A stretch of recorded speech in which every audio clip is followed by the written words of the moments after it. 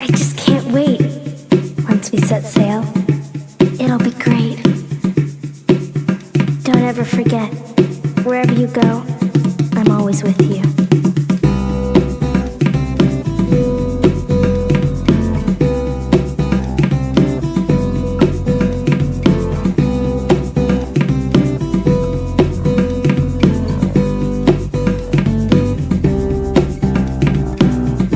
I'm training to become a Keyblade wielder like you.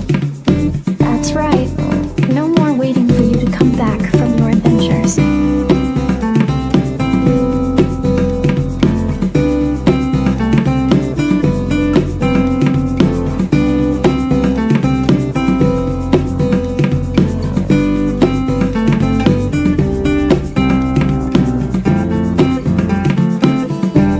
Tomorrow's fight will be our toughest yet. I want to be a part of your life no matter what.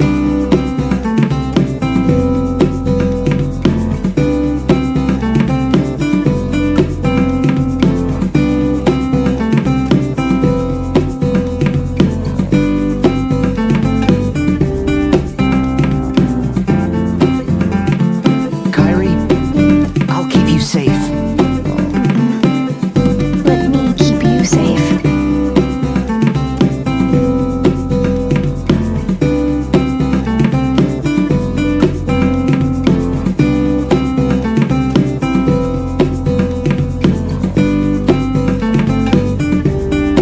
She's fighting with all her strength to keep you from fading away. So the reason I retained my form in this place, It's because she's holding me together.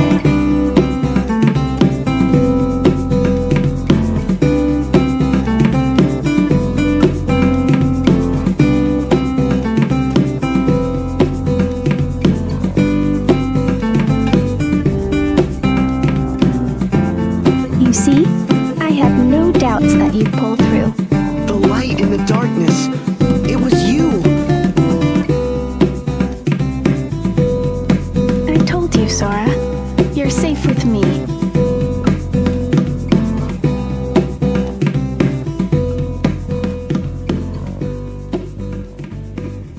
Don't ever forget, wherever you go, I'm always with you. Ladies and gentlemen, welcome back to the Landy Lodge, where today we've got some updates about Missing Link from the last time we were all together for an episode. I don't know if this will be the longest episode, but we certainly have a lot to talk about when it comes to Missing Link. There's also some Square Enix news and updates I want to get into, but before I even think about diving into any of that, let's give a warm shout out and lots of love to the sages of the lodge, the names you see up on your screen, who throw as little as $1 a month to be a YouTube channel member, or they donate directly. But as I always say, all of that is a bonus. All I ask is that you come hang out, you come chill, maybe pop in the chat, share your ideas. At the end of the day, everything else is just a bonus. But before we continue, in regards to the Square Enix news, I know there was a lot of FF7 stuff that came out, but we're actually going to save that for a podcast on Thursday night. So we're going to skip over any sort of new FF7 stuff, really keep it focused on Kingdom Hearts and Square Enix as a company as a whole. But anyway, was there anything else? Oh yeah, Quarters. We have a new Sage of the Lodge. Quarters, you'll see at the bottom of the screen, is our newest Sage of the Lodge. So give them a warm welcome and a lot of love. Thank you, Quarters. Welcome to the squad. And without further ado, I think it's time we talk about some of the new images that dropped, again, since the last time we did an episode on this. Here are just sort of the default looks for the protagonist. This is the both the boy and the girl protagonists, which at a default, they look pretty good. I think the girl protagonist looks a little bit better.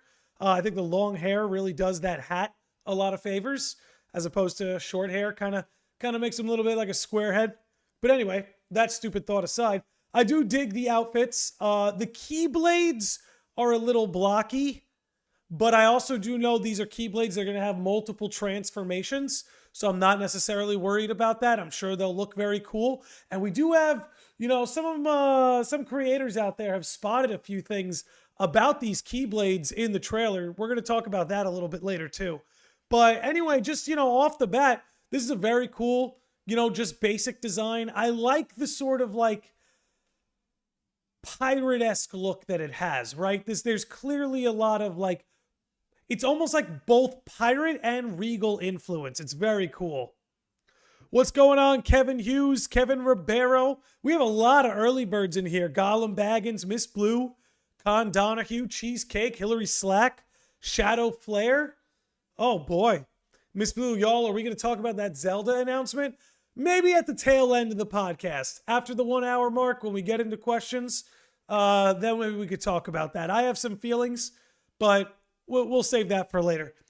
But yeah, Master of Masters is here. Joshua Curian, Skank Hunt, Bloy Action, Bobby Shelton, Jay So Silly, Hyrule Falcone. There's a lot of you here. It's just good to have you all here.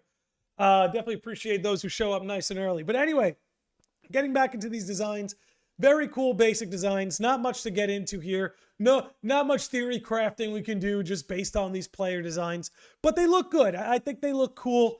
And, you know, I think just as a refresher, I thought I would pull this up. Even though this is like the basic design, this is not the design that we're going to be like glued to. Game Changer, dude, what's up, man? Thanks for dropping in here. But yeah, just like I guess as a reminder, you know, we're going to have many different outfits we'll be able to choose from. I mean, this even looks like base level. Like we're going to have all these designs from the start. I'm partial to these two. This almost looks like a mini Ansem outfit. And this one, I kind of like the regal sort of blue look that I think I would go with. But yeah, let's maybe, let's move this over and look at some of the hats. I like the hoods. The hoods give me like Assassin's Creed vibes rather. So I think I'm going to be going with the hood and maybe this sort of Ansem looking outfit that we have over here. But either way, you know, with those new character designs in mind, it's just cool to see that while this will be our base design, the customization, they're planning for it to be a pretty big part of the game itself, but we knew a lot of that going in. Let's take a look at some of the Instagram ads and Facebook ads that Missing Link has been putting out. I think there's some interesting stuff in there. I'm curious what the audience thinks about a particular thing that I've seen a lot of debate about. But before we get into that, take a swig for the hardworking men and women of Square Enix. SB Wielder, I see you over on Twitch. How we doing? But anyway, let's take a little closer look at this. Nothing too crazy to see here. Just sort of almost like a repeat of these characters. But there seems to be a lot of debate about what this world in the background could be. I've seen everything. I've got more pictures that we could pull up. I've heard everything from Neverland to Moana to Lilo and Stitch. Let's see. I think I have the next one lined up. No, this is a different one. We'll come back to this. Here we go. This is the same one right here. Where if you look at the foliage, I've seen a lot of people compare it to Neverland. But there are those who think that maybe this could be Lilo and Stitch. Maybe this could be Moana. You know, Cheesecake over here thinks it's Corona. Yeah, you know, there is that beachy section of Kingdom of Corona. So that's always a possibility.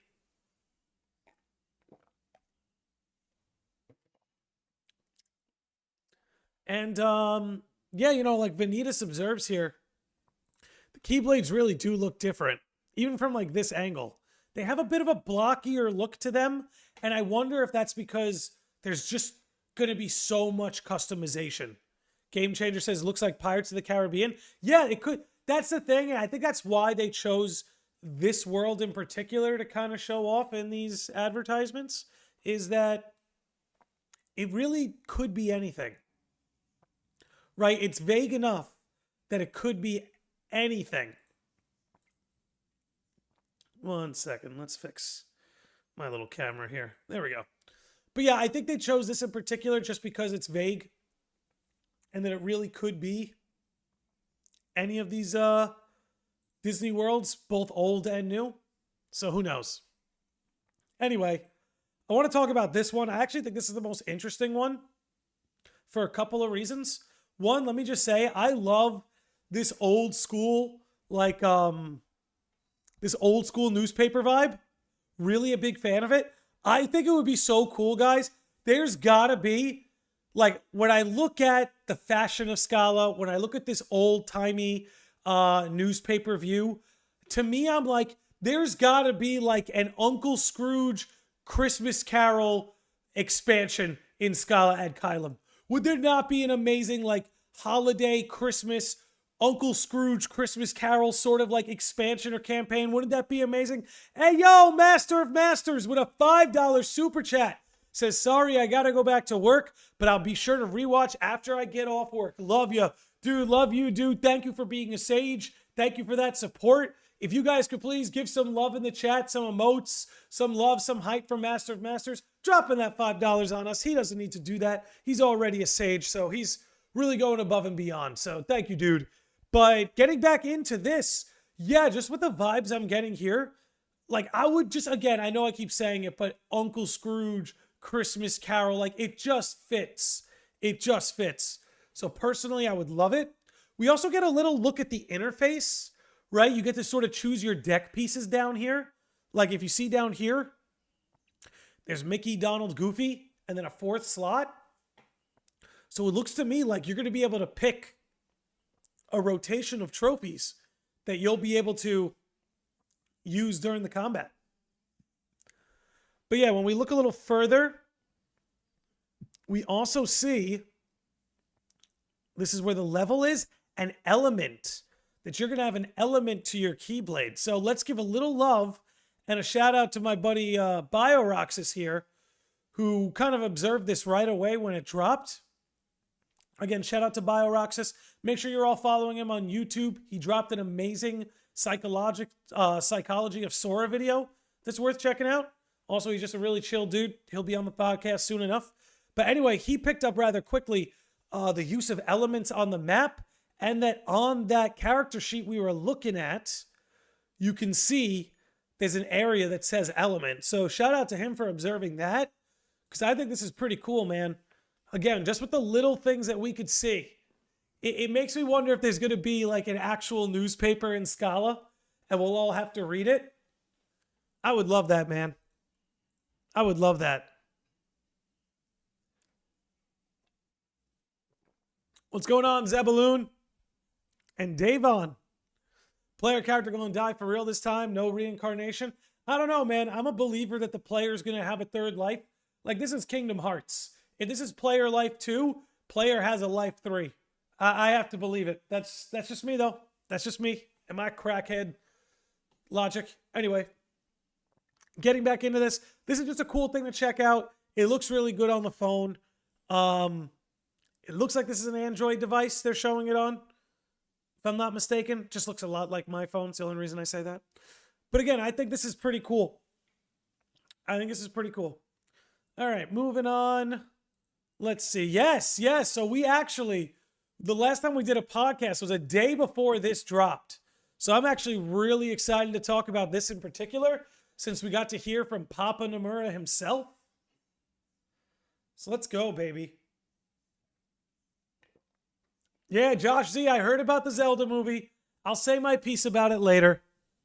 Let's keep this missing link focus for now. But you know how we do it here. After that 1 hour mark, all bets are off. All bets are off, baby. But anyway, here's Nomura, who says, good evening.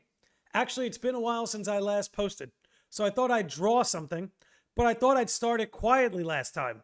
But I was shocked by the response, so I'll leave it for another time.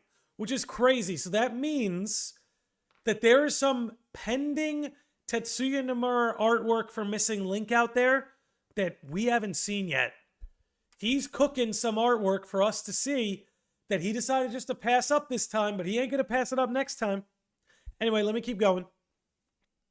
I'll be posting a little bit of information next week, so please follow me and wait. Also, in the previous test, I said it was about 50% of the service, but I would like to correct the last time it was about 30%. So again, just kind of correcting where they are. So that means they were at 30% back in January. So I'm sure they're probably at least at that 50% marker now. But again, the cool thing to keep in mind here is he mentioned, so I thought I'd draw something, but I thought I'd start it quietly last time. I was shocked by the response, so I'll leave it for another time. So again, we got some Nomura artwork that's cooking, baby. We got some Nomura artwork that's cooking. Only a matter of time. Only a matter of time. But let's take a little closer look at this image here. Let me see. I'm pretty zoomed in. Can I zoom out? Yeah. Let's take a look at this image. In fact, let me shrink this down for everybody. Give this a full scope. Yeah, grow it a little bit. There we go. So, an interesting looking piece here. I love the vibe of Scala at Caelum. Like, I actually like this Scala better than Xehanort's Scala. Or the Dark Road Scala might be another way to put it. I really, really love the vibes of this Scala ad Caelum. This sort of older world-ish, you know, could be like 18th century, you know, West, 18th century Western, like 19th century more like it actually. But it's like very cool. You got the, you know, the ivy plant climbing on the brick, you know, very old English there. It's just, the vibe is so cool. I like the dim lighting. I think I found that like Scala at night, they seem to really be showing off Scala at night. Like it looked pretty good during the daytime in the trailer, but it looked particularly awesome at night. In fact, let's pull up the trailer and let's kind of look at it, kind of compare day and night. Okay, let this roll. I know there's a particularly good looking scene. Oh, that's missing Link. Yeah, so there. Here it is at night that they showed off in the trailer. Looks pretty good. But what took me to... Where is it? Also, you gotta love this shot of Brain. Like, that is just a beautiful looking shot. And that looks like CG rendered Brain. Not like in-game asset. But where is it? Yeah, right here, dude. Like, I know I'm about to talk up Scala's daytime vibe. I mean, the nighttime vibe. But the daytime vibe is still pretty sweet. I dig that daytime vibe, so don't get me wrong. Don't get me wrong. Big fan of the daytime Scala vibe. But with that said, the nighttime vibe just takes the cake, man. Nighttime vibe just takes the cake. I'm actually going to put out a poll. See which you guys prefer, the day or night Scala. I'm partial to the night. But again, that daytime does look pretty good. No disrespect. That daytime does look pretty good. I'm curious what you guys think. I threw a poll up over on YouTube. Night is running away with it right now, but that doesn't surprise me. Because again, as good as this looks, man, you look at that. That's great. You know, there's not much for us to really gauge out of this picture. Again, you know me. If a theory can be farmed out of an image, I'm one of the guys that could do it. But I don't see anything here in particular that can be farmed. I don't see anything in here in particular that indicates any sort of story progression, story element, story beat. It just looks like a taste of what Scala is going to look and feel like. And that's what I like about this image and a lot of the images they're putting out is like, you don't just see Scala, you feel Scala. You know? Cheesy as that may sound. Cheesy as that may sound. You know what I'm saying? Give me 1 second. I got to make sure I did something. Okay, good. But yeah, I don't know how you guys are feeling about it. Let me see. I see we got nighttime is at 70% of the vote. Daytime is at 30% of the vote. Not bad. Not a bad split. I mean, look, again, I know I'm partial to the night, but the daytime Scala's got it's got a good vibe. It does remind me of Traverse Town. All right, maybe where we'll be staying. That's cool. Maybe this is like our dorm. You know, maybe it works in sense of dorms at an academy or something. Yeah, it's kind of interesting. I don't know what his living space is going to be. But let's see. Can we get a close-up of the middle square in the building? Absolutely. Absolutely. Let's zoom in.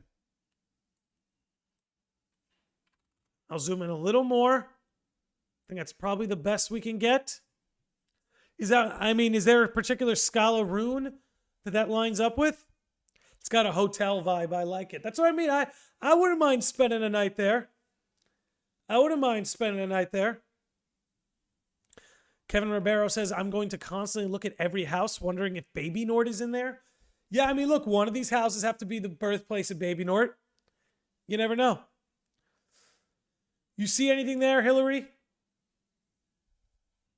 Anything in that center spot? You let me know. Do you think the players can go inside the building and explore the place? I think so. I think they're showing us this building for a reason, you know? I think it's going to be an important building. But like, any guess is as good as mine at the end of the day. But it's funny. I saw someone say, yeah, excuse me. Vitron says it does remind me of Traverse Town. Funny you say that. Funny you should say that. All right. I got a little something for you guys. So, we got to talk.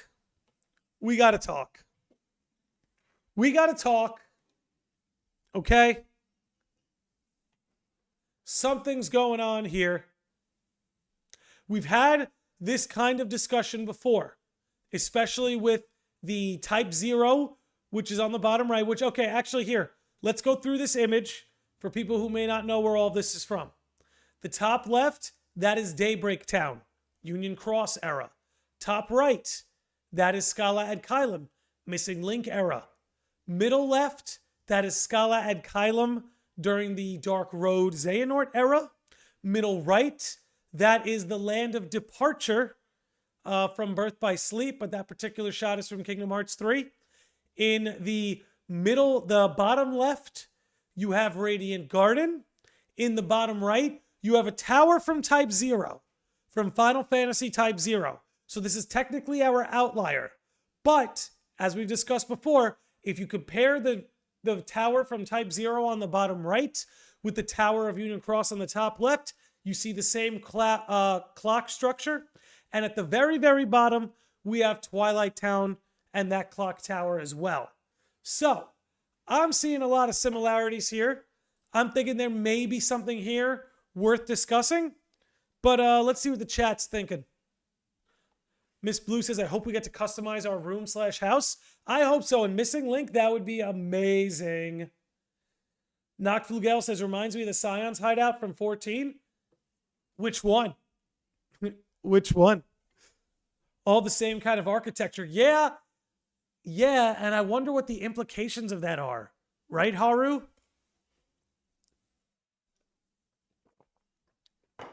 Ayo, Nor Lil Bombers here says, hey, Landy, good to see you again, bro. I know I've been gone a while, but I'm working on something.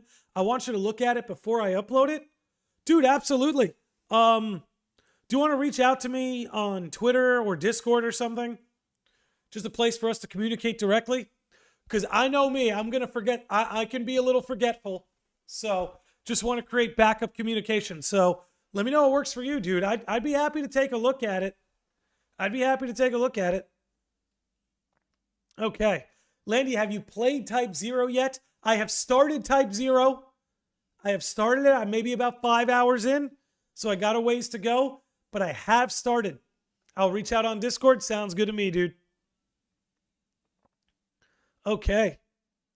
Yeah, the Class 0 Classroom Clock Tower. I mean, and when you consider that Fabula Nova Crystallis has now appeared in Kingdom Hearts, and with all the Versus 13 implications, and with that being Fabula Nova Crystallis, and with Type 0 being a part of the Fabula Nova Crystallis, I mean, we have to at least consider it. Now, the interesting thing here, guys, is if you notice, we've got 7 clock towers. However, only 6 of them are from Kingdom Hearts. Can anybody recall another clock tower from Kingdom Hearts that has to come from one of the original worlds? Like, I know we got Hunchback of Notre Dame and we got Disney worlds that have a clock tower, but are there any other Kingdom Hearts original worlds that we might be missing? Okay. Shaw Brothers says, do you think there will be voice actors in Missing Link? Yes.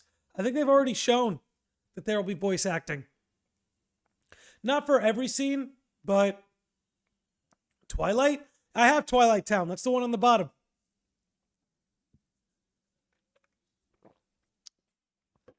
Hillary Slack says, it is interesting that all these places look like they should have bells. However, I have to wonder if they actually do. Bells might have become taboo for wielders. Yeah, it might explain why that's missing.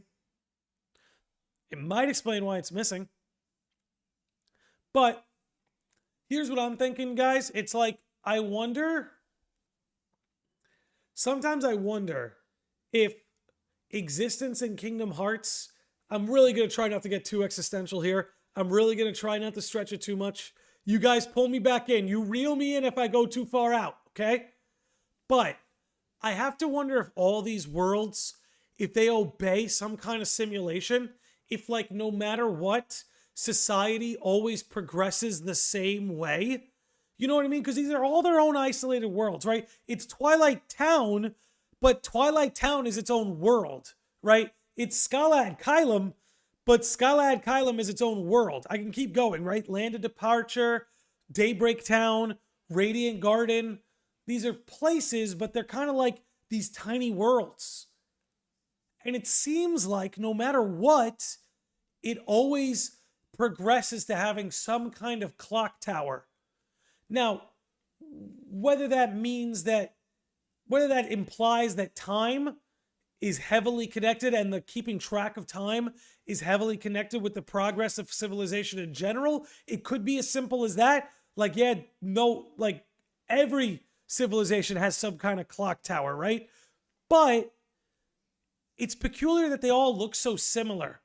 You know what I mean? Especially Daybreak and Scala, right? Daybreak and Scala look very similar. You know, Radiant Garden, Twilight Town, Land of Departure, they kind of develop their own styles. They are similar, but they have their own twist on it. Daybreak and both Scalas, there seems to be a lot of overlap. Excuse me. All right. Traverse Town has a bell tower. Sora even rings it in Kingdom Hearts 1. All right, hold up. Traverse Town bell tower. I'm going to look this up in real time. See if this fits. The towers also represent high power. Yeah, it's a hierarchical structure, right? So that's why, like Ansem the Wise, he was king, so he was in the Radiant Garden Tower. You know, Odin was seen as sort of like the wise man of Scala, so that's why his classroom is in like the top of the tower. Master Ericus was seen as like one of the lead masters of Keyblade wielders, so he had Land of Departure. So you're 100% right that it's always a signal of some kind of hierarchy. Okay, I see it. I don't know if it fits. Let me keep looking. Let me see if I can get a good picture, a better picture. Because it seems a little flat compared to the other clock towers. Like, it's definitely part of it. Here, maybe Dream Drop Distance might be the best. Mysterious Tower for Yensid? No, now we're just lumping in towers. Trying to keep it to this style of clock tower. Again, with Missing Link showing us what the tower is going to look like. Like, we had glimpses of it in the previous trailers and information, but this is just... Yeah, no, I don't know. I don't know if I'm buying into the Traverse Town era. Okay. Benita says Traverse Town has to be connected somehow because the Keyblade you get looks like the player's Keyblade and it's called Wishing Star. That's got to be significant, right? We'll see. We'll see. It's possible Kingdom Hearts can throw around that kind of language these days. But maybe there's some kind of meaning there. It's definitely possible. Okay. I am curious about exploring Scala and Missing Link. You know, we talked about that on the previous episode. I guess it couldn't hurt. It couldn't hurt to look at it again. Just for a bit. Because, yeah, that was one of the most impressive parts of the trailer. Was seeing that we're going to have this kind of open exploration of Scala and Caelum. Again, everything from the building, these Moogle shops. This happens to look pretty phenomenal. Exciting stuff. By the way, we've got 69% say they prefer Scala during the night. 31% prefer it during the day.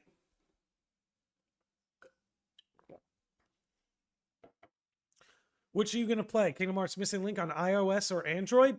Oh, for me, it's going to be Android. 100%. Not like I have a choice. Like I have an Android, so by default, it's kind of what I'm doing. Alrighty. Now, there was, before we talk about this anymore, there was something another creator picked up on. I want to give him his due. So big shout out to Damo, who noticed a little something about the mapping in Missing Link. Says the brief section, by the way, shout out to him. Make sure you're following him on YouTube. He puts together great stuff, especially for mobile games like Union Cross, Dark Road, and the incoming Missing Link. So if you're interested in Missing Link, Damo's an account you're going to want to be glued to. But anyway, let's get into this. It says the brief section shown on the map during the Missing Link trailer was for Square Enix's own Tokyo building. It's cool to see what a real road location looks like on the Missing Link augmented reality map. So check it out. This section they showed us is Tokyo.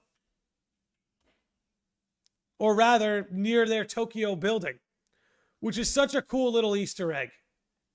Such a cool little Easter egg. Again, I don't think it means anything in particular. But again, very cool Easter egg. Let's open this image in a new tab. Let's open this image in a new tab. Because I did say we would do a little bit of theory talk. I did say we'd do a little bit of it. So allow me to say, what do you think's going on with this, guys? I think this is the distortions. We've seen that language be thrown around. I think these are the distortions that everyone talks so much about. But it's very peculiar, man. It looks a lot like the Sephiroth clones from FF7. Black Red Pill 3 says, given the Keyblade in the promo art and the story are two different ones, and you get that around the dive to heart, would it be possible as Ephemer's original Keyblade left behind? It's possible, or that it stemmed from it, right? I could see that.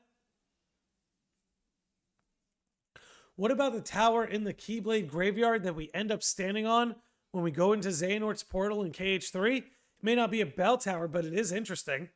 Yeah, I think that might be more coincidence, but that's maybe worth investigating, I would say. Kingdom Hearts constantly referencing Tokyo as being cheeky.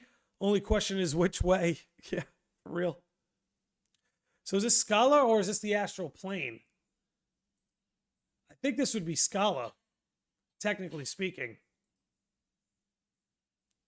Looks like a behemoth heartless. Little bit. Little bit. Okay. So, I do want to come back to Missing Link, but we are already past the 30-minute mark. And I had some Square Enix news I wanted to talk about. So, let me see. Let me see if there's anything in the chat I want to throw out before we move on. We'll talk about the astral plane. I have some thoughts about it. So we'll definitely talk about the astral plane. But before we move on, there was a story that I wanted to touch on. Let me just pull it up real quick on my end. Okay. Just give me a second. I actually have to translate this page over from Japanese. Okay. Let's make this happen. Ooh, we got to make this smaller. All right, guys. So Square Enix, some numbers came in. Some numbers came in about Square Enix. We're going to talk about the business of Square Enix for a minute, because I think we can gauge a little bit about what's coming in the future and what their plans are for 2024 based on some of this news that just dropped. So, some bad news, I suppose you could say, if you stand Square Enix in the way that I do. But their financial results decreased by 33% this year, with an operating profit of 17.3 billion yen. So, with new inputs, revenue growth is also good, and the translation is a little bit rough, but essentially what this translation is getting at is that Square Enix's profits fell by a considerable margin, but that wasn't due to lack of sales. It's just that their overhead costs increased, and because of the increase in overhead, even though they saw a good amount of sales, they had less profit than the previous year. Now, FF16 was probably their biggest release of the year, but it was a relatively quiet year for Square Enix outside of that. And even though FF16 did considerably well, and it's talked about a little bit in this release, you know, Final Fantasy 16's success really negated the failures that was Marvel's Avengers and Forspoken.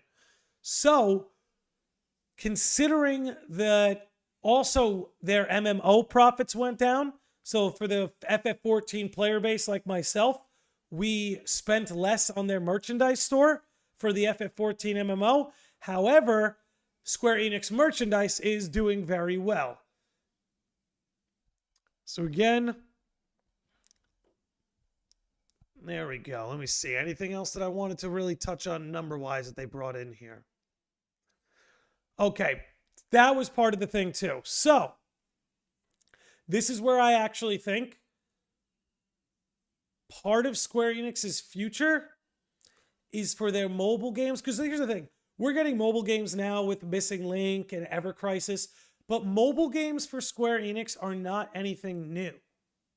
They've been doing it for a while. Whether it be Union Cross, whether it be the Nier series has a bunch of mobile games. You know, Final Fantasy Pocket Edition.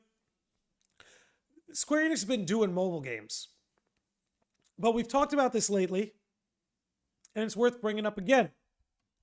Final Fantasy VII Ever Crisis, very quickly after launching on smartphones, within a couple weeks, they announced it was getting ported to Steam. I think this is the new vision.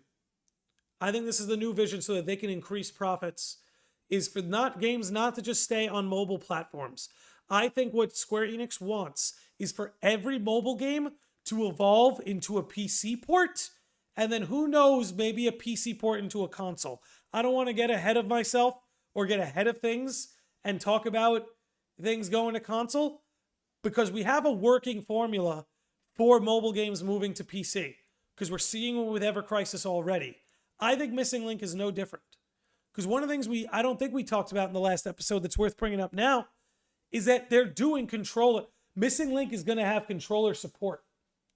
Missing Link is going to have controller support at launch. Mobile game on your phone has controller support. I don't think they do that unless they have a plan for it to come to PC, or at least a hope, an optimism that it can come to PC. Because as I've said before, and I will say again, if Kingdom Hearts Missing Link is successful right out of the gate, they will port it to PC, because they're looking to up their profits. And one of the ways you do that is by expanding your player base. And if you move a game like Ever Crisis and Missing Link, not just on people's phones, but also onto their PCs, you're going to expand your player base. So I think that's going to be a big move for them in 2024. But what I also think is that 2024 is going to be a huge year for Square Enix. They're dropping FF7 Rebirth, they're dropping FF16 DLC, and they're dropping Final Fantasy XIV Dawn Trail, and they're dropping Kingdom Hearts Missing Link. That's huge, guys. 2024 is going to be huge for Square Enix, to the point that I think Kingdom Hearts 4 may have to wait until 2025. I think 2024 is going to be Rebirth, 16 DLC, Dawn Trail, Missing Link, and then maybe we could see Kingdom Hearts 4 towards the end of the year. But I think maybe 2025 is probably more likely. But yeah, that's really it. I just wanted to touch on this little Square Enix news. You know, they did drop some FF7 stuff I wanted to talk about, but considering we're doing an FF7 podcast Thursday night, I'm going to save it. Let's maybe get back into the Missing Link of it all now, because again, just wanted to touch on that. You know, I know you guys like it when I do some Square Enix updates, talk about sort of their futures, what they're planning, things like that. All right, let's see what you sickos in the chat are saying. I love FF16. Can't wait for the DLC. I thought Final Fantasy 16 was great. I put close to 100 hours in that game, and I still am going back. I still want 100% it. I want to get the platinum on PlayStation. Such a good game. I would put it, if it's not top 5 Final Fantasy of all time, it's top 7. You know what I mean? And I've played a lot of Final Fantasies, but FF16 is top 5 worthy, easily. All right. All right. If it's not too much, go back to the pictures of the towers. Sure. Sure thing. We can hang out here. Thanks for always keeping us updated, Landy. I got you, Miss Blue. Don't you worry. I got you. I got some FF7 updates coming in too. Shadowplayer says, so in regards to explorations of worlds and Missing Link, what if we can create custom worlds built out of the fragments we collect in the astral plane? Dude, I think that's part of it though, because, you know, they talked about how the different bloodlines, the different societies are going to fight over the memories. They're going to like try and hoard and fight over memories. And I think those memories are what we're going to rebuild the worlds from. So I actually think there's some credence to that, dude.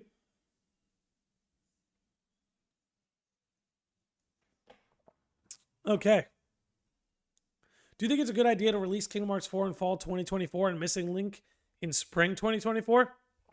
In theory, that's a good idea. I think I might be a little early for Kingdom Hearts 4, but we'll see. You know, a trailer could drop at the Game Awards or something. It's possible.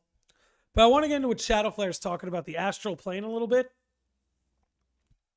Because that seems to be the mode of travel in Scala, is that we're going to be able to use the astral plane to travel to worlds both past, present, and future. And I wonder how far they're going to take that. I wonder how far they're going to take that. Hottest Missing Link take? What would be my hottest Missing Link take?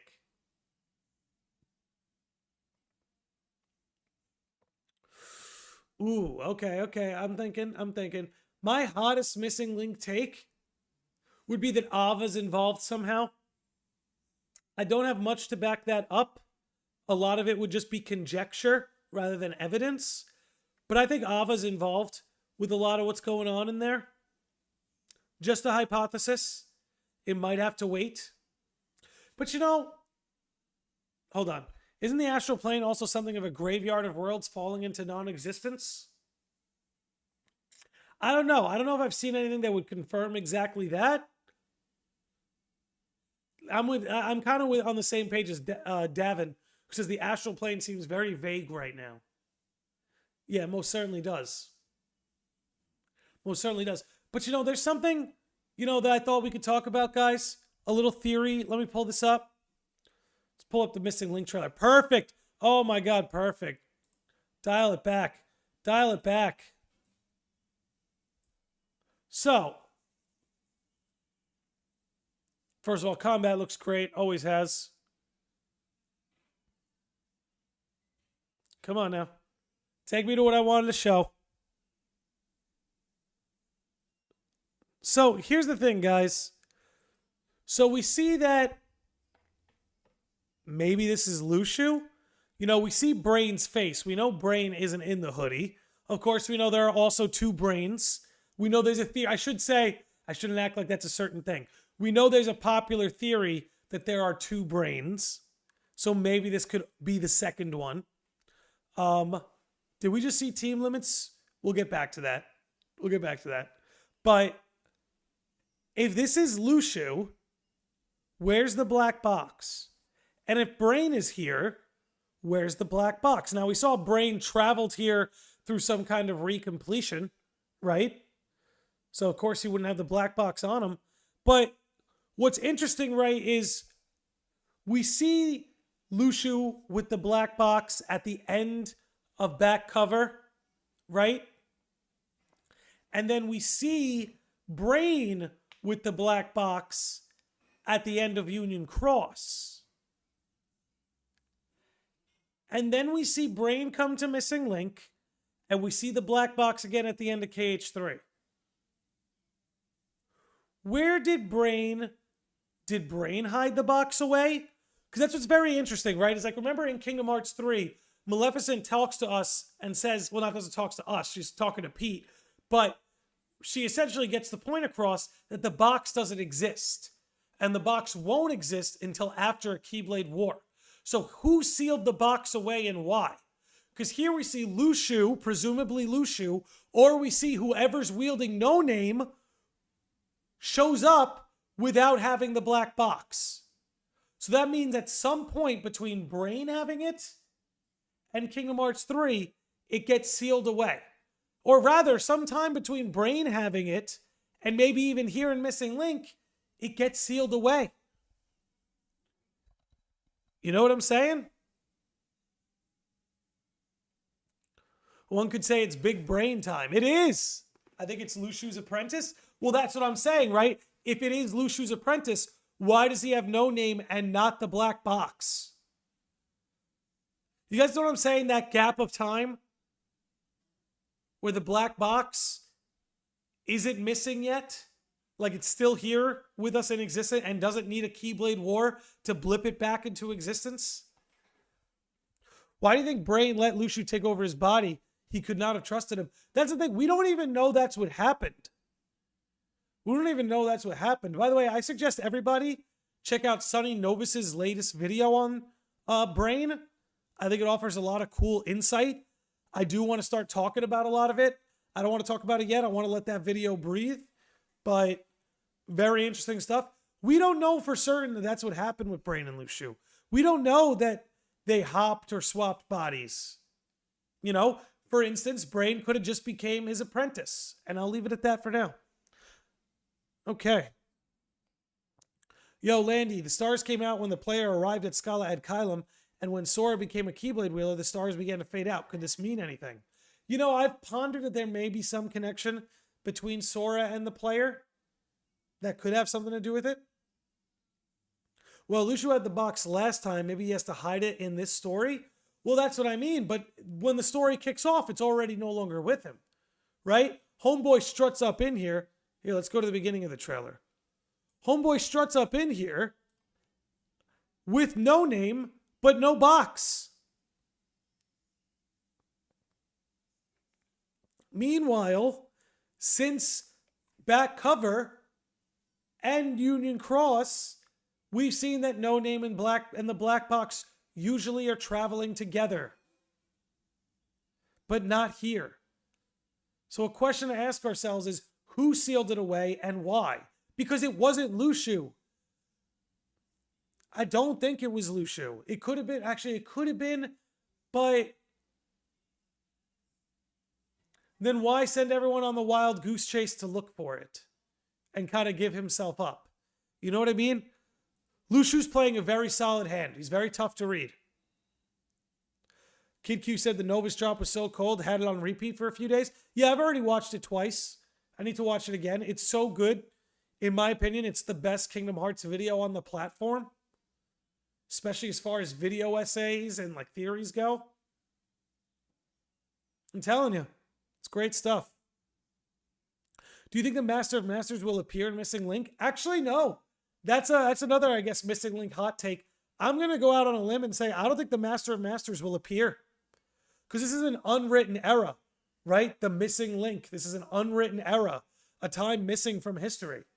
I think this is an era the Master might even be clueless about. You know what I mean? Plot twist, Ava sealed the black box? That's what I'm saying. Don't even get me started. Dude, don't even get me started. That's all I'm going to say. I keep forgetting this takes place before Dark Road. Yeah, right? That's the thing. This is all pre-Dark Road. Which means Odin might be here. That's another thing. That's another crazy thing to think about. Is that Odin might be here. How do you keep No Name from seeing anything? So here's a theory some people like myself have had. Right? For starters, look at the eye. It's dulled out. Every other time we see No Name in the Kingdom Hearts series, every other time, it's glowing. It is glowing. Here it's completely dulled out. Now, every second of a trailer, you have to understand, every second of a trailer they go over it with a fine-tooth comb. Every single shot. What do they show us? They show us this hand covering the Master's eye. And then it says, wait for it. Wait for it. It might happen before they show it as opposed to after. I might have this mixed up. Yeah, I think it comes before. Let me back this up. So yeah, everything is connected. This, and then the next thing they show us. Where is it? Maybe I mistook when they showed this. It says an unwritten error right here. Okay, so never mind. I thought it might be a little closer. But yeah, the covering of the eye's dulled out. It's an unwritten error. And remember that everything that's written in the Book of Prophecies is what the no-name eye saw. So if this is the unwritten error, that means there's something that didn't let the no-name eye see this. Maybe this man here is Odin. Odin? Wait. What if Odin was Lushu's apprentice? What if Odin is going to be Lushu's apprentice in Missing Link? Huh. Something to think about. They have the missing eye motif. That's for sure. That would make sense. That would explain why he was braggy, because he's keeping an eye on his apprentice. He disguised himself as braggy so that he could keep an eye on Odin, who is his apprentice. Huh.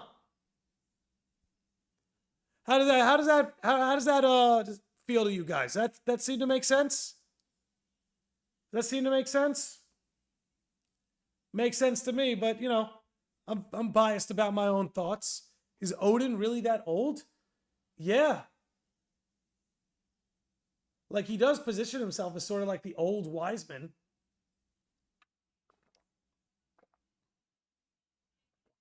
The funny thing is there was actually a theory about Odin being Lushu's apprentice. Well, it's a great guess. It's a great theory. Yeah, what about Ericus and Yen Sid? That's something I want to see too. I'm not sure we're going to see Yen Sid in Missing Link, but I'm curious what he was like as a Keyblade wielder. How old is Scala? Old. Scala is almost as old as Daybreak Town, because it's born right after the fall of Daybreak Town. Odin has no name in Dark Road. Exactly. If anything, it's actually kind of obvious Odin is Lushu's apprentice.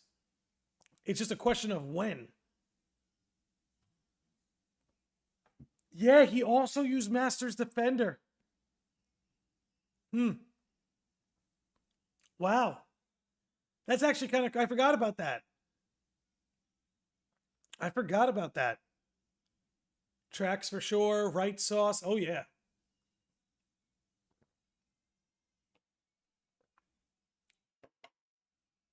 Okay.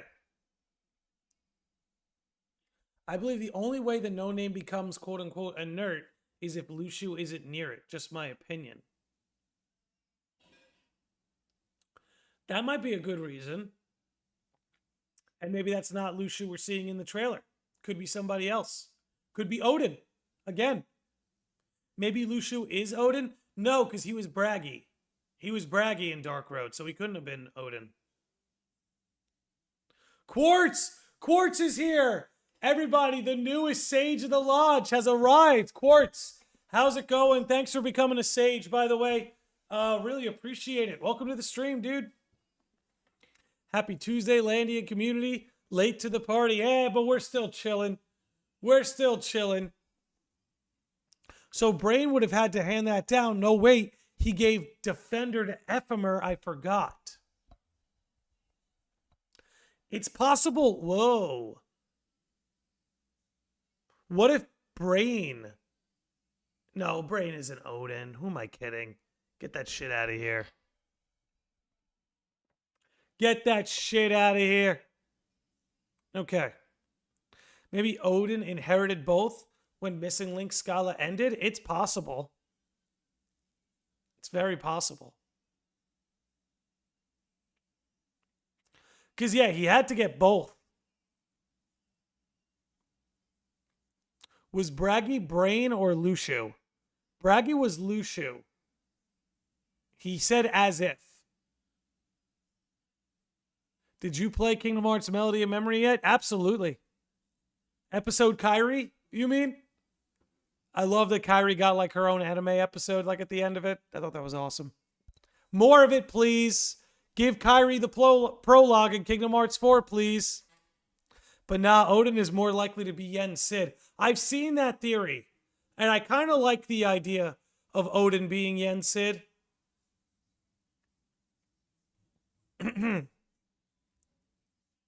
Did nobodies exist in Dark Road? I don't know. I don't recall specifically. So I'm going to safely say I don't know.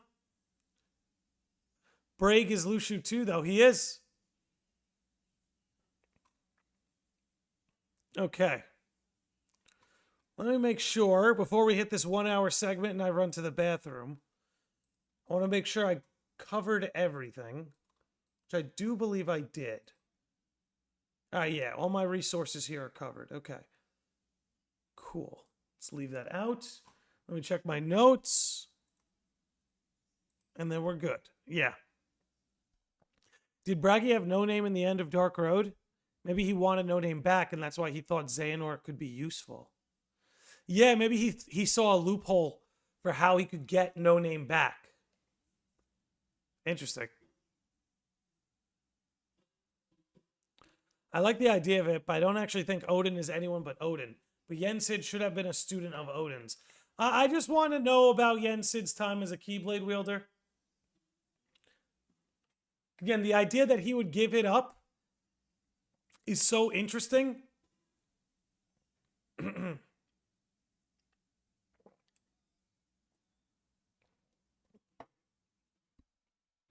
Since Sora used astral projecting to save Kairi, does that mean the astral plane is connected to the final world?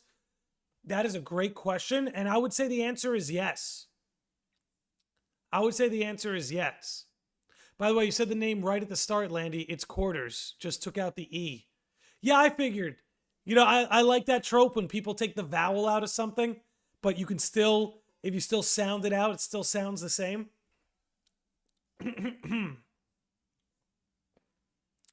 Yen Sid knows too much, too. Oh, he knows too much. Yen Sid absolutely knows too much. Let's see. Okay.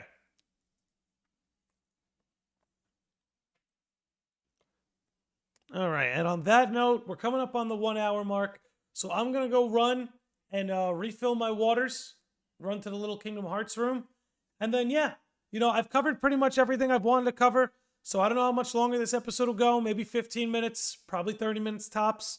But yeah, if you guys have any questions or theories in the chat, now's the time to throw them in. Because as you know, it's the 1 hour mark. That's when we completely blow this open. All right. But on that note, I'm going to be right back. Hang out with my pup. And then we'll continue.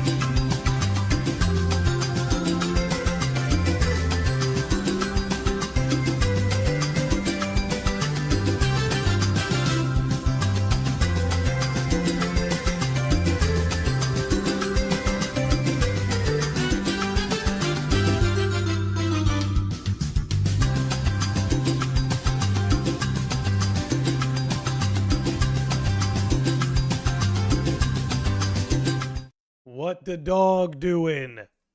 All right, we are back. Thanks for chilling, everybody. I always appreciate that. All right, let's see. Let's see what you guys are cooking on.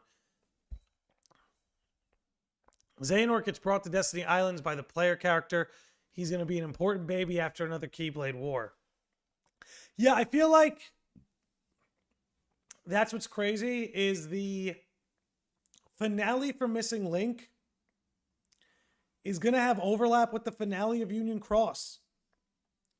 Like, I actually think the final plot is going to be Xehanort's birth, but that Xehanort's birth will be like some controversial thing, right? So like one society is going to pursue baby Xehanort, maybe try to kidnap him, and that's why the other society, maybe the contending society, has to send baby Xehanort away. Or maybe both societies want to use Xehanort for their own benefit, and the player character is going to conclude, no, I can't let that happen, you know? And they'll get the baby out of there. I don't know. I'm just spitballing. They should show how Lushu switched vessels in Missing Link. Maybe. I do think we'll see Lushu. But we'll see. Guys, are we just going to pretend that Vanitas isn't connected to Missing Link?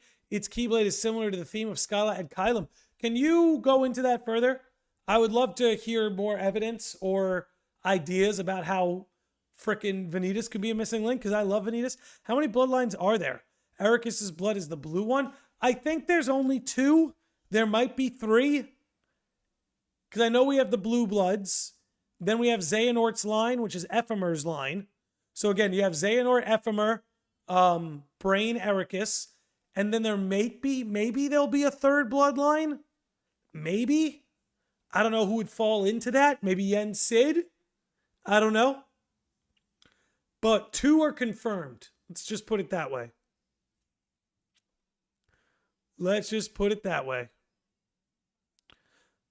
Okay. Do you think the Book of Prophecies will be shown with information from the book, the Master? No, I think the Book of Prophecies will be left out of Missing Link for the most part. Because again, this is the unwritten era. Isn't Riku also in a bloodline, sharing his with Nort? That's possible. So there may be some soft implications of that, but they haven't confirmed that by any means. Ven is Master of Masters, whether Landy wants to admit it or not. Ventus? You think Ventus is the Master of Masters? Nah. I'll convince him one day. I mean, you know what? This might be a good time to announce this. Okay. This might be a good time to announce this. Give me 1 second, guys. I got some exciting stuff. For you. Let me pull this up.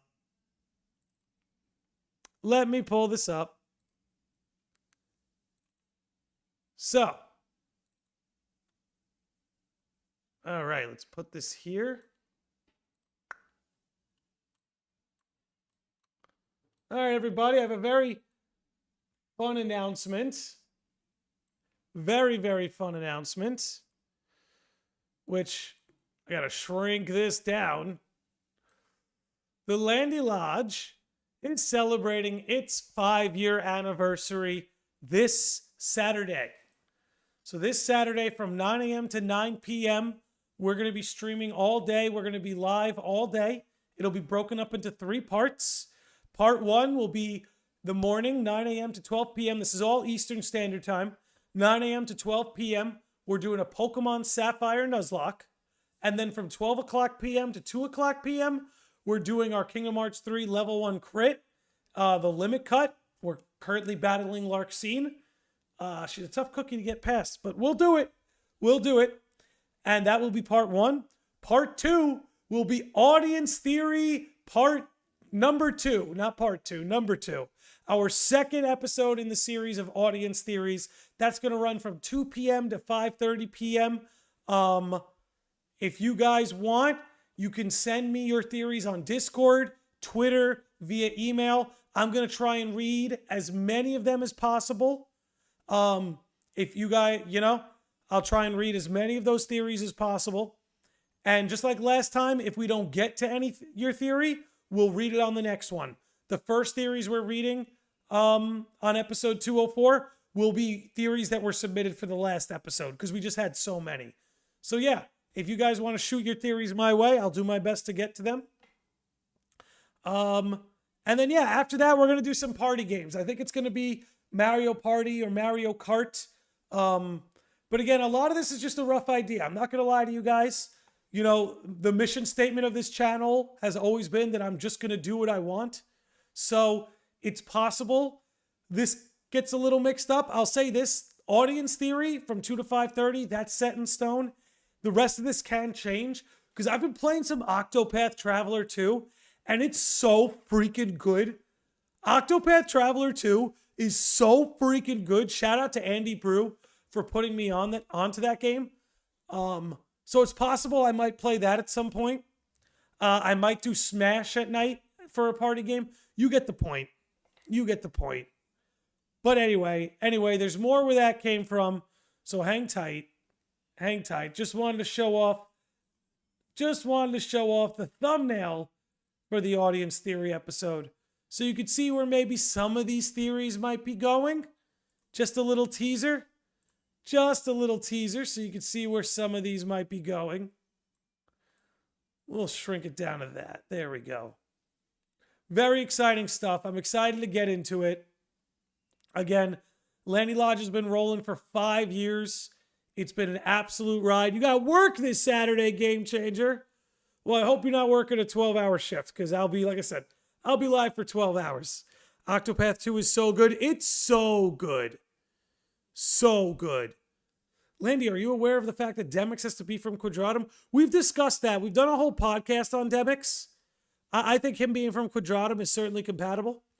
But yeah, guys, it's been 5 years of the Lodge.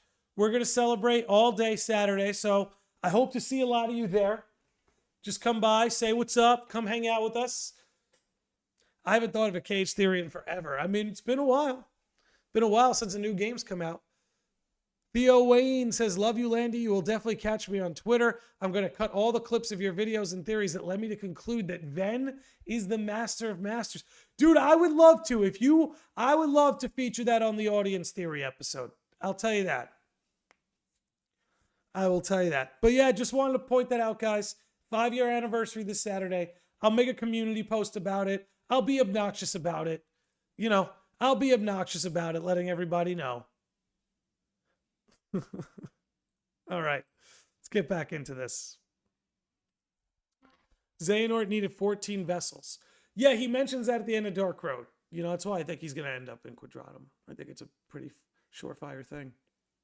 If the Master of Masters is his own character, why hide the face unless players will think Sora is the Master of Masters? I think it's possible that the Master of Masters... How do I put this? I think it's very possible the Master of Masters is his own character. But I also think it's possible that maybe he stole someone's appearance so that we might see him as somebody, but that's just an appearance he stole. It's not his actual appearance. Just something to think about with the whole Yozora versus 13 stuff coming in now. And as Dex Holder Red just said, why hide Xemnas' face in KH1 or Roxas in the secret ending? Exactly. It's to build suspense, you know? Wrong pipe! Wrong pipe!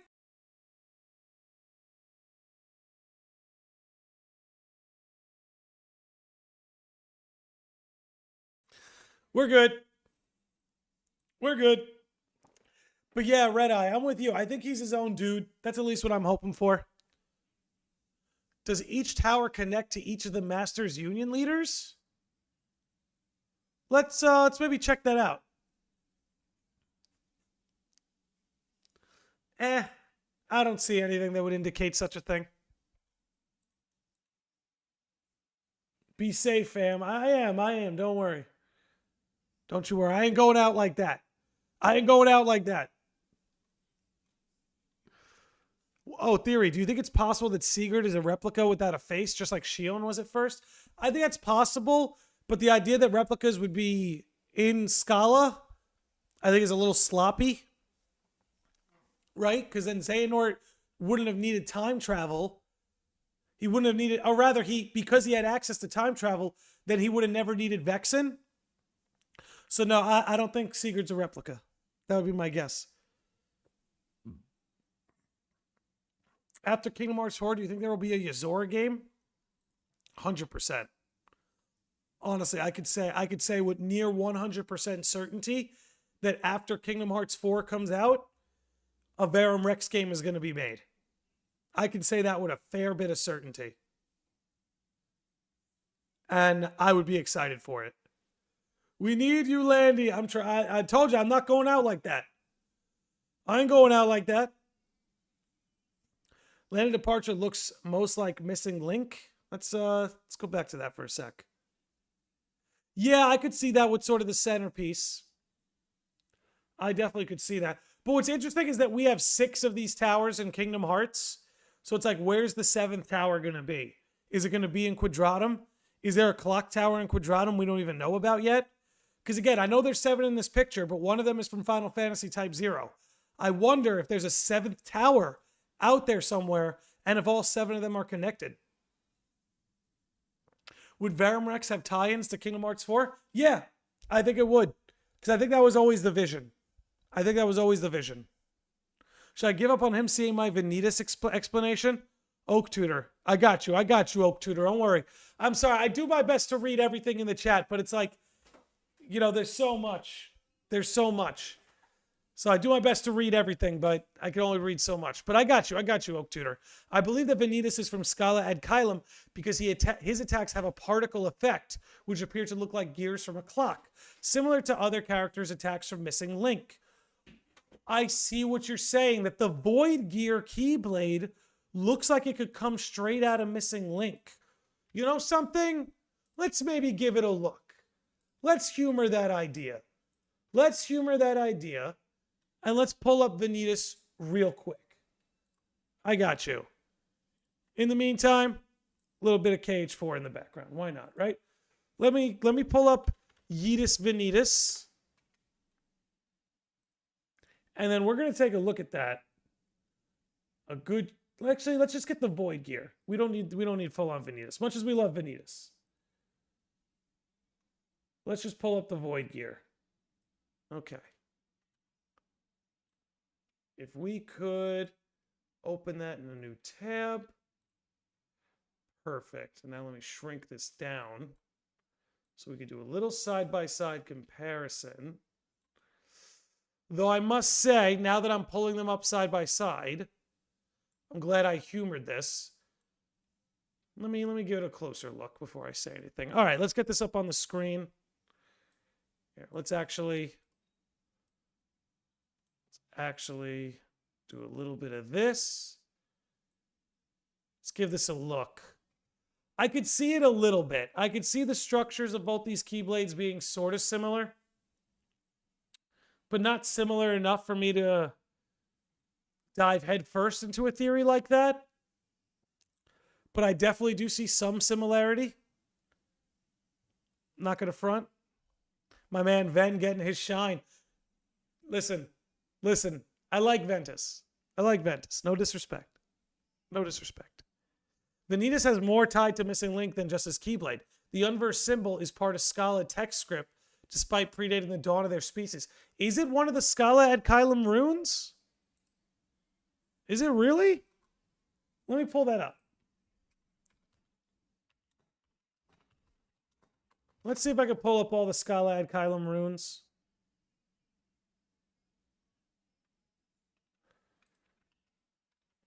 Let me actually try searching for this a bit differently. Runes. There they are. I think I have a whole bunch of them. Okay, let's open that in a new tab. Let's get this up on the screen.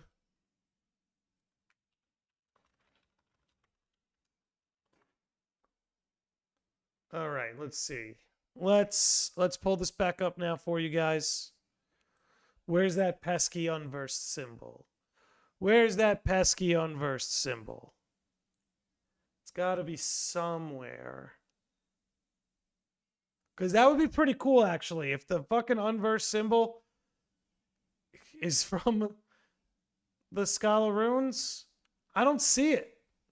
Maybe I'm blind? Help me out, guys. Do you guys see the unversed symbol in the Scala runes? Because I don't. That doesn't look like the full thing. Where's where's Umbro when we need him, right?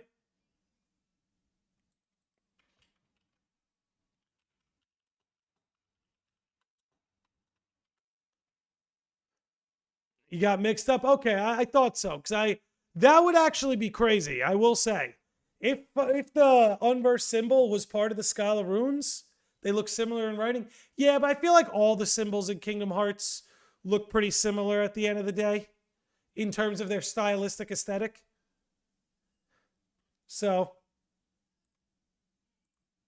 I won't die on that hill. I won't die on that hill. The big, dark, heartless Sora fights a KH4 trailer appears the same way Vanitas does. Yeah, I think Vanitas is one of the ancient darknesses. That's something I can get behind. That's something I could really get behind. The full one was dropped in the Discord a while ago. Okay.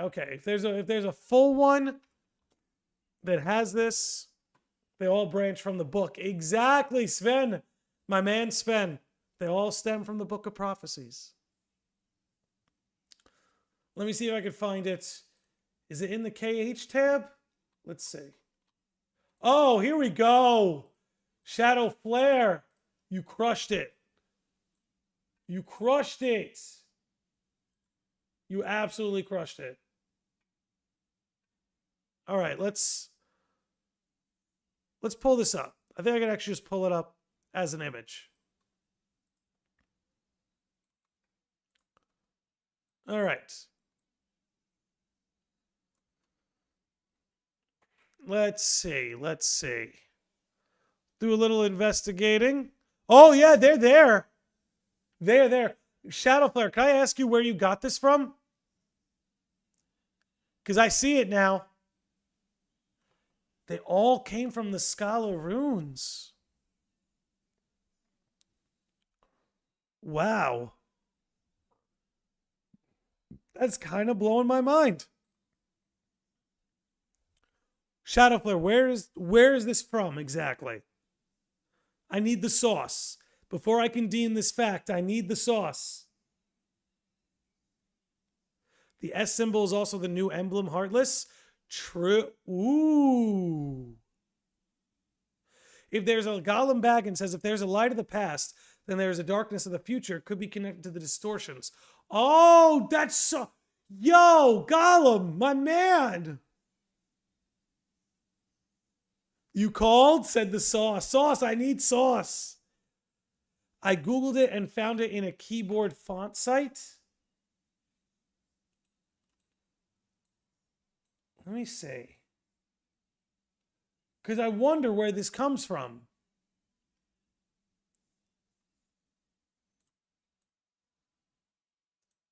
Give me a second. Let me see if I can hunt this down.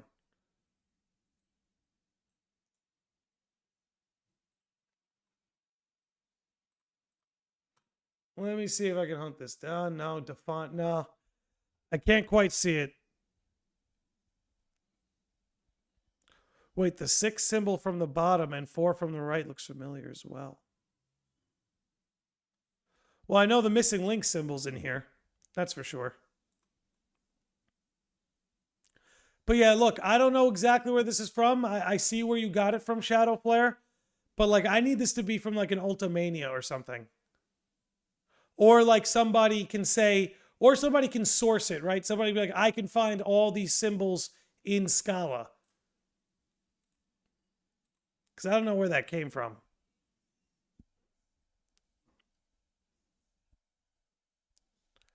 Yep, Rockless. Landy, with this, can we guess either that Ven knows the script or that Ven arrives in Scala? I don't think Ven's going to Scala, actually. I think the future of Ventus is about his amnesia and either Naminé or Chirithy restoring his memories and his reunion with Laurium.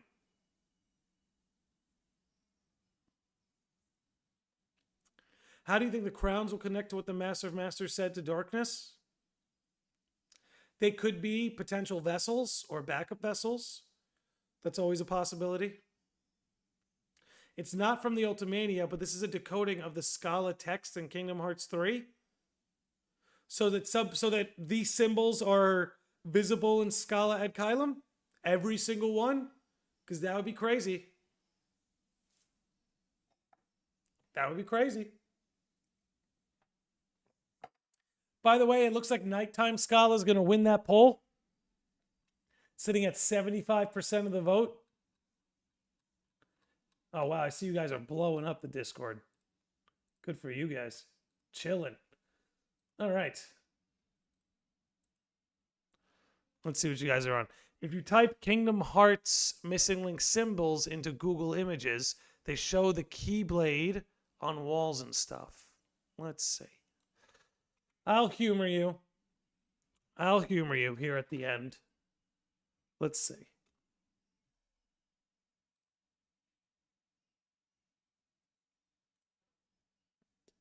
I say,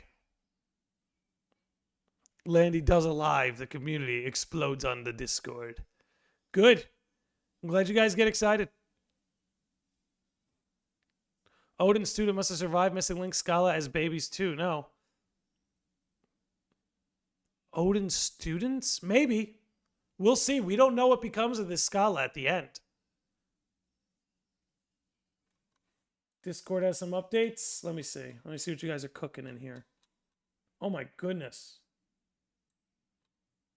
Straight cooking. This was data mined by 13th Vessel? Okay. Okay, now we're talking.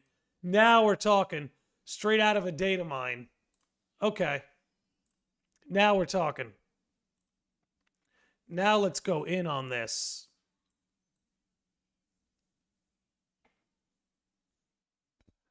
Damn, so do they all reflect numbers? That's a tough squint.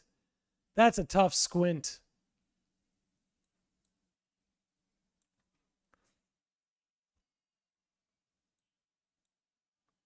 Interesting.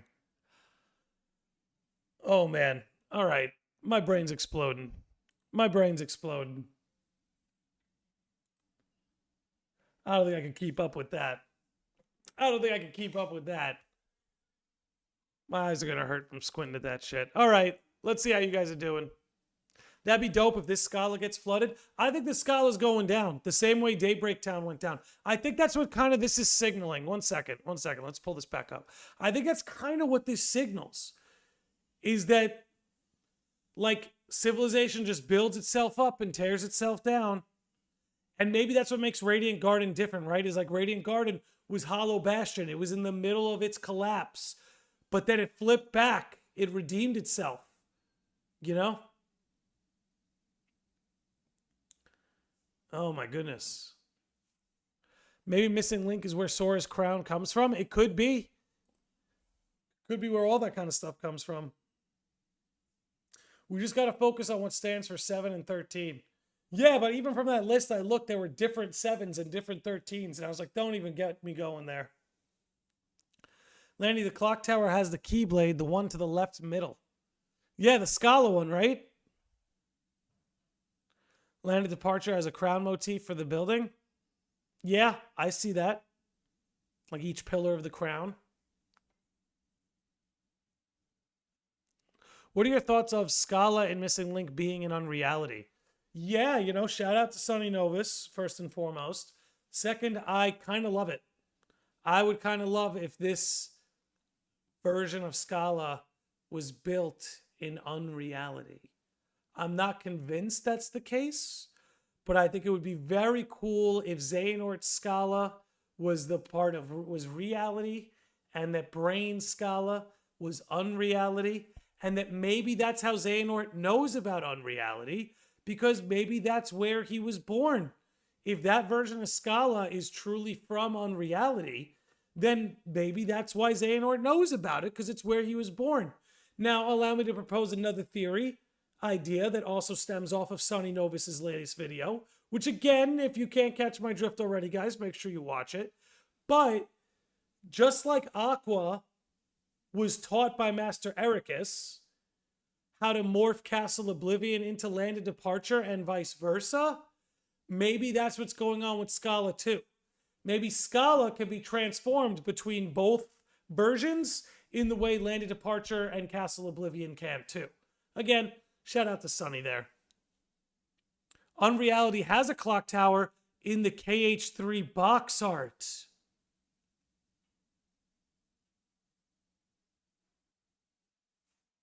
And you know something else? And you know something else? 1 second. 1 second. 1 second.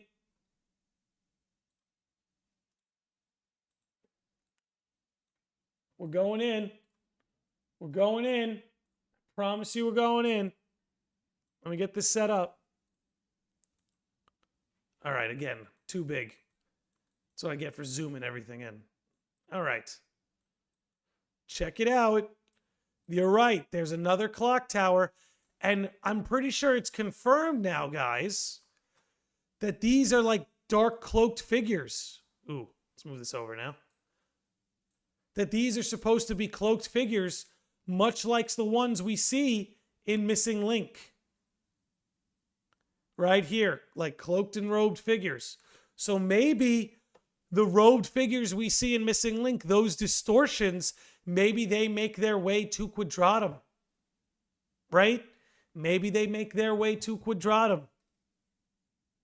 Wouldn't that be insane? It's possible. It's definitely possible. All right. Yes, it isn't that Quadratum? Yes, this is supposed to be Quadratum. So that's our 7th clock tower. You know, we keep trying to go back and forth. What's our 7th clock tower? We got it, baby. It's right here. Could also be the 7 crowns. Yeah, you have these 6, right? And then maybe a 7th one up top. Interesting. I could see it. I could see it.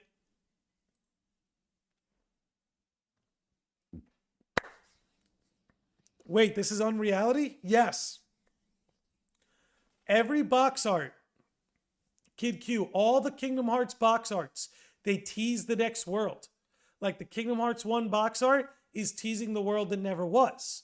The Kingdom Hearts 2 Final Mix box art is teasing the final world. The Kingdom Hearts 3 box art is teasing Quadratum. It's always teasing where you're headed.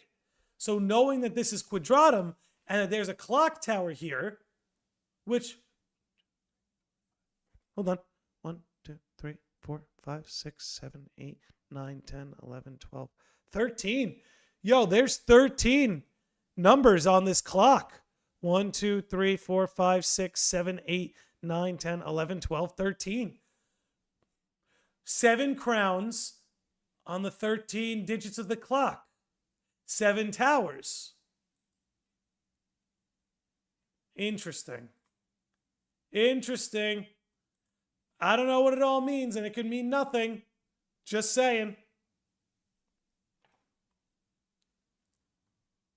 7 towers, but there must be 13 of something else representing darkness. No, there it is. 13 parts of the clock. But it could be coincidence. It could be coincidence. Oh, we've talked about the Darkling. Trust me. Where's our guy at? We've talked about this freaking guy. Trust me. Trust me. Let's pull this back up over here. All right, we're coming up on an hour and a half. And I think that's it. Wait. And it points to 7? Yeah, it's pointing to 7. That's a great observation. It's pointing to the 7 and the 13. 1, 2, 3, 4, 5, 6, 7. Yeah. Look, maybe people knew that. Maybe this was common knowledge to some people. I did not know this. This is my first time noticing that. That's pretty cool. That's pretty cool. What are your thoughts on players' fighting abilities in Missing Link? I think it looks great. It deserves a PC port at the least. Yeah, and look, you just said there are 7 blue gems above the clock. The clock is 7:13. Yeah, baby. Now, Nomura's gonna Nomura. That's how it is. All right. I'm having a blast. But I got to be honest, guys. I'm kind of out of things to talk about. You know, I'm trying to, we got to keep a missing link focused to a degree. Oh, I guess we could talk about the Zelda movie. They announced they're doing a Zelda movie. I'm going to be that guy. Maybe somebody here in the chat can lift my spirits on this. I'm actually a little bit let down by the Zelda movie announcement. One, that it's live action. I think that's a terrible mistake, making Legend of Zelda live action when the animation possibilities are endless and can be beautiful. Like, live action, man, I don't know. I think animation, you had an opportunity to create something really beautiful. And I'm not going to be too much of a naysayer. They could do live action. It could maybe work. They could maybe make it work, right? I'd love to be wrong.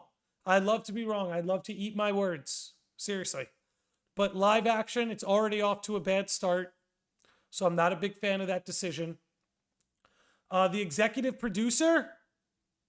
Yeah, right. The Mario animation was so good. You could have done incredible. You could have gone the Studio Ghibli route. You could have gone a Twilight Princess route. You could have gone an Unreal Engine 5 Ocarina of Time remake route. There are so many artistic animation directions to take with this that go in live action. It was just silly. It's just a silly decision through and through. Also,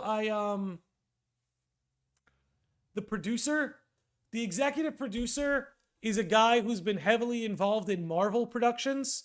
Now, he's got some incredible credentials. Like, he worked on Blade in the late 90s. He did X-Men 1 and X-Men 2 in the early 2000s. He did the first Spider-Man movie. So, like, this guy, this executive producer, he has a lot of good credentials, but his best work is from 20 years ago. His most recent executive production work is like the new Spider-Man movies. He did work on Venom, Dex Holder Red. But to me, like, I'm sorry, you working on Spider-Man movies, to me, is like, that doesn't qualify you for Zelda. Like, I'm old enough to remember that when people talked about a Zelda movie, you were talking about Peter Jackson. You were talking about Peter Jackson directing these movies. And I forgot the name of the director they picked. And the director doesn't have anything bad on his resume, but he's only got a handful of movies and they're very niche. It's just that, Zelda movies been a fun conversation for a long time for me. And I feel like they deserved better. I think it should have been animated. You could have gotten a director like Peter Jackson who's worked with Lord of the Rings or something. I don't know. But that's it. I'm going to get off my Zelda fucking soapbox. I'll have plenty to talk about on another podcast episode with that. But you know what? On that note, I am going to wrap up today's episode. This was an awesome one. Love talking Missing Link. I'll keep you guys posted on any updates that come our way, any new theories I think of. We got an FF7 podcast this Thursday, so I hope to see a lot of you there for that. Saturday is the 5-year anniversary of the Lodge. We're going to be live for 12 hours. Episode 204 will be audience theories. I'll keep you all in the loop on that. But with that said, we're going to wrap it up here, guys. I've got an FF7 video dropping tomorrow. I've got a Kingdom Hearts video dropping later in the week. A lot of stuff coming. The future of the Lodge is bright. Future Lodge idea, have opening in Scala script. That could... I've got some new podcast intros I'm working on. Lots of cool stuff. Thanks for the stream and answering my questions. Of course, Caelum, that's what we're here for. But we're going to wrap it up. Thanks for hanging out, everybody. Love you guys. Again, we'll be live again Thursday. We'll be live again Saturday. I'll see you all soon. This was great. Peace out.